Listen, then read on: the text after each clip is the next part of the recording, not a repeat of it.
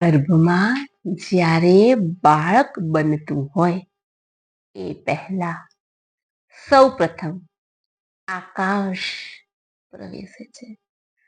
ત્યારબાદ વાયુ, અગ્નિ, જળ અને પૃથ્વી તત્વ પ્રવેશે છે. આ પાંચે તત્વ ભેગા મળી એક પરફેક્ટ બોડી બનાવે છે.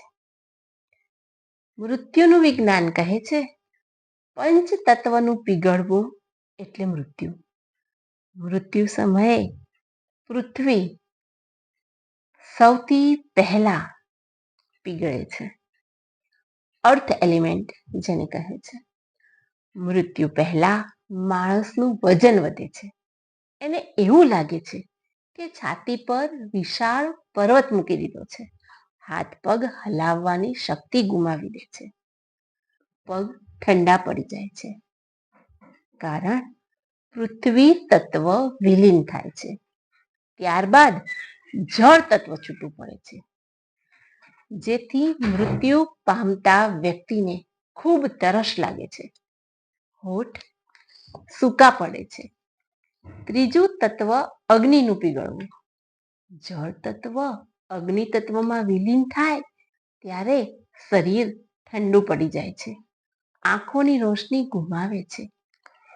જ્યારે અગ્નિ તત્વ વાયુ તત્વમાં ભળી જાય છે ત્યારે શ્વાસ ખૂબ ઝડપથી ચાલવા માંડે છે. શ્વાસ ચડે છે. જે તત્વો સાથે આટલા વર્ષોનો સંબંધ રહ્યો તે અચાનક તૂટવા માંડ્યો હોય છે.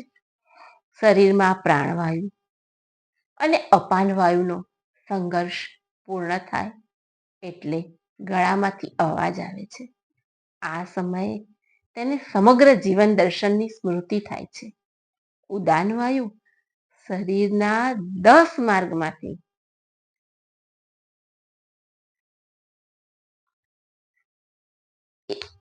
એકમાંથી શરીરને છોડે છે. ઉદાન વાયુ શરીરના 10 માર્ગમાંથી ગમે તે એક માર્ગ પસંદ કરી શરીરને છોડે છે. આ વાયુનું છૂટવું એટલે મૃત્યુ. ઉદાન વાયુ કર્મના હિસાબે અંતિમ સમયે જે જીવન દર્શન થાય છે એના આધારે માર્ગ પસંદ કરે છે. પ્રશ્ન ઉપનિષદ અને ગરુડ પુરાણ કહે છે તેના 10 માર્ગ એટલે 2 આંખ, 2 કાન, 2 નાસિકા, 1 મોઢું, મળ અને મૂત્રના દ્વાર તેમજ 10મું એટલે બ્રહ્મરંધ્ર.